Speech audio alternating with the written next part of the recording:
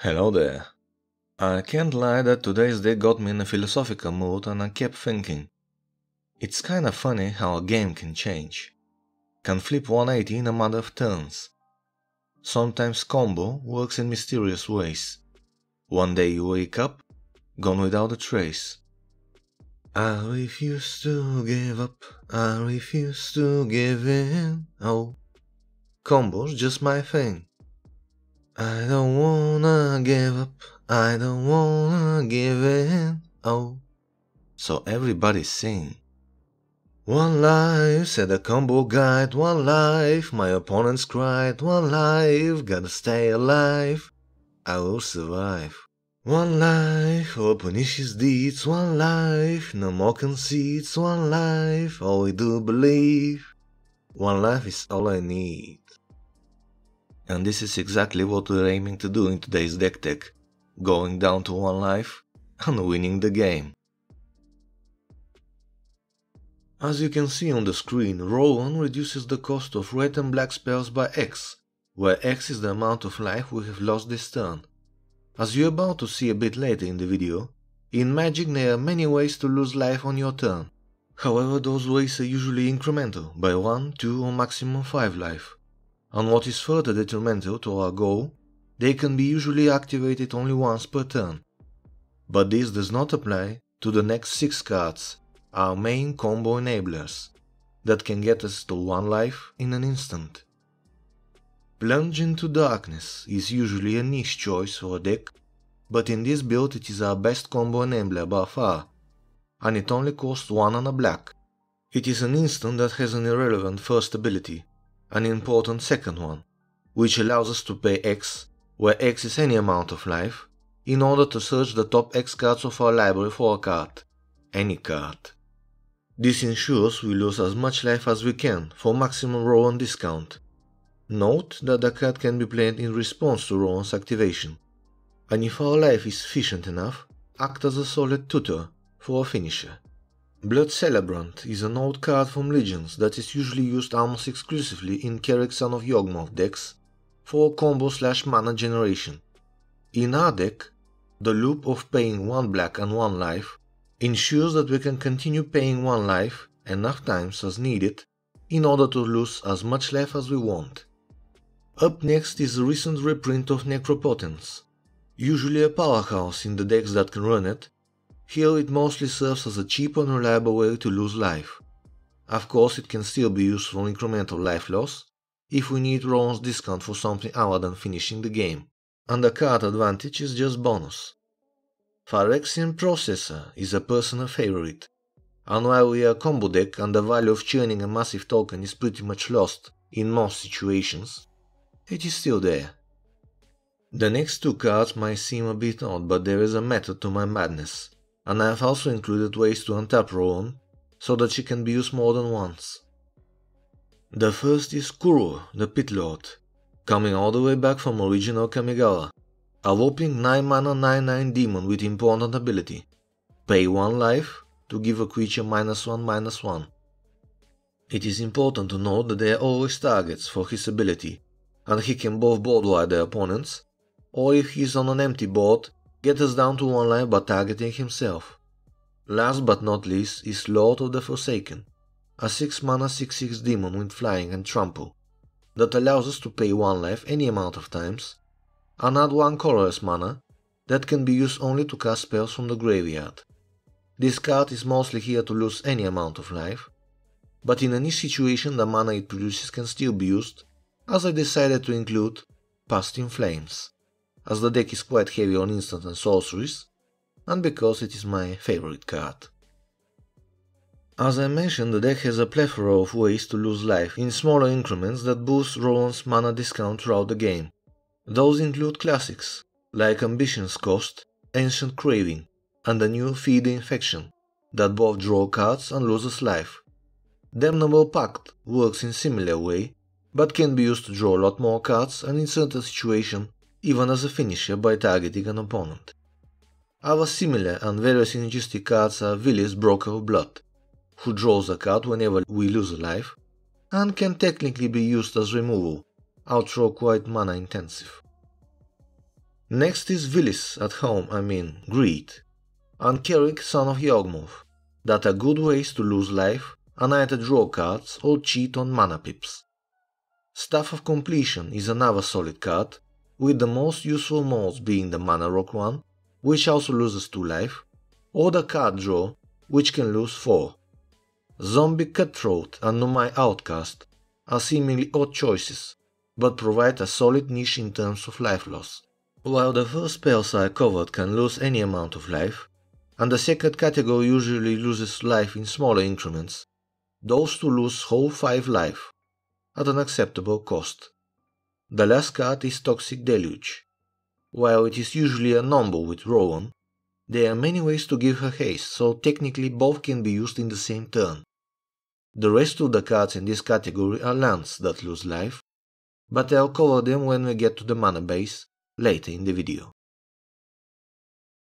Up next are cards that are there to help us do what we want to do, harder, better, faster, stronger. Those include Howl of the Bandit Lord, which is probably the best card in the deck as it provides both haste for Rowan and immediate 3 life loss on use. Swiftwood Boots and Anger provide haste and a form of protection. But the real power resides in Thousand Year Elixir and Battle Mage's Braces, as they give haste and at the same time double the fun that Rowan's discount provide. The deck also owns Illusionist Braces, Mage Rightstone, Patriarch's Seal, and since we're dealing with the influence of Cunning Witches, I think Puppet Strings is also an appropriate inclusion. Rowan provides massive but essentially colorless mana discount in the sense that we still have to pay the colored mana pips when casting spells. Thus I took a page from my Vadrik deck and decided to include a few rituals that take care of this problem. Those include Dark Ritual and Cabal Ritual as black mana sources, Seething Song and Mana Geyser as red mana sources, and Brass's Bounty for treasures that can make both. Now that we have covered the discounts and mana generation spells, it is about to see what we are actually going to cast. As is usual with massive discount commanders, the first go-to are big, usually X-costed spells that can usually serve multiple purposes. For removal I ran Battle at the Breach, Swallowing Plague, and Erebos Intervention that can only target creatures, as well as March of Wretched Sorrow that can also hit planeswalkers. Consume Spirit and Drain Life do the same but can also go to an opponent's face. I would like to specifically note that both of those spells work with Rowan's discount, so much so that with enough cost reduction you can cast a little Drain Life to an opponent's face and actually put 0 black mana into the X.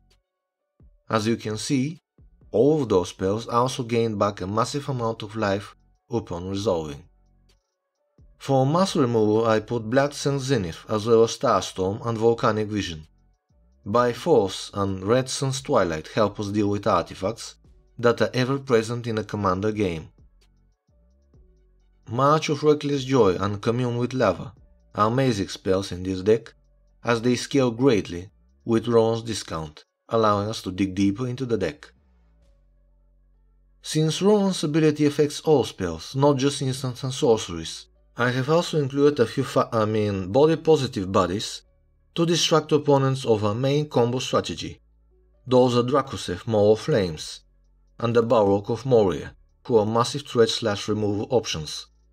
Kervek the Merciless, to punish opponents and act as a lightning rod for spells that would otherwise go toward Rowan, and Heartless Hidetsugu, who is a real powerhouse in this deck. Not only his activation provides an easy way to discount our spells by a lot, but it also brings everyone else's life total down, which is a great help against certain types of decks. I am looking at your life gain. Last but not least is Razakhet the Foul-Blooded and Runescarred Demon, who also allows us to tutor for our combo finishers. Speaking of tutors, I'll make a small detour and mention the rest here. Those are Besiege the Queen, which can be cast for 0 with enough discount, Dark Petition, which can give back a lot of colored mana, Increasing Ambition, which only has 1 colored mana pip in its cost and can be cast from the yard, Last is Behold the Beyond, which may seem odd until you put a ritual, a finisher, and Past in Flames in your hand. Speaking of finishers, I think it is a good time to make a smooth transitions to finishers. Those are Comet Storm, Gaia Simulating Inferno, and of course, Crackle with Power. A little bit of trivia. Before the cringe fest that was the intro, I originally called the deck Rowan, Fire and Blood, and as you just saw, all three finishers are fire based. This means if you don't like this flavor, you can swap some of them for undeniably better options, such as Torment of Hellfire or Exsanguinate, but for me I decided to go with Fireworks. For mana rocks I chose Arcane Signet, Charcoal Diamond, Fire Diamond, Cold Steel Heart, Rakdos Signet, Star Compass, and Talisman of Indulgence. The more observant have surely exclaimed, "No Soul Ring? Cookie has surely gone mad this time." But there is a reason for it. The mana rocks I chose all create colored mana, which is very important in this deck. Soul Ring, while undeniably a good card, would only be good in very niche situations, or if we high roll it into the opening hand. The land base has been chosen specifically for one goal in mind: Loser's Life in order to fuel Rowan's discount. As such, the cards I chose are Sulphur Springs, Spire of Industry, City of Brass, Mana Confluence, Ifnir Deadlands, Ramonap Ruins, Mount Doom, and last but not least, Grand Coliseum. Those are lands that produce colored mana, and by doing so loses one life. In the category of lands that loses 2 life are Ancient Tomb, which is a very pricey card and I'd suggest to play it only if you're lucky enough to have it, Blood Crypt, and War Room, which can also draw cards. In the lose 3 life slots are some spicy additions: Agadim the Undercrypt, which also has a main set that can be cast as a mass recursion spell, especially if we already have a solid discount from Rowan. Shatterskull the Hammered Pass, on the other hand, is also an X-costed spell on its front side, which can be used as another removal option. And finally, the MVP of the deck, Hove the Bandit Lord, which is a fantastic card that both loses life and gives Rowan haste. I also chose to run Castle Lochwain, predominantly for the potential to lose massive amounts of life, but the extra card draw is always nice. The rest of the mana base consists of Command Tower, Dragonskull Summit, Haunted Reach, Rakdos Carnarium, 5 mountains and 11 swamps, for a total of 35 land cards. As always, thank you for watching. Cheers!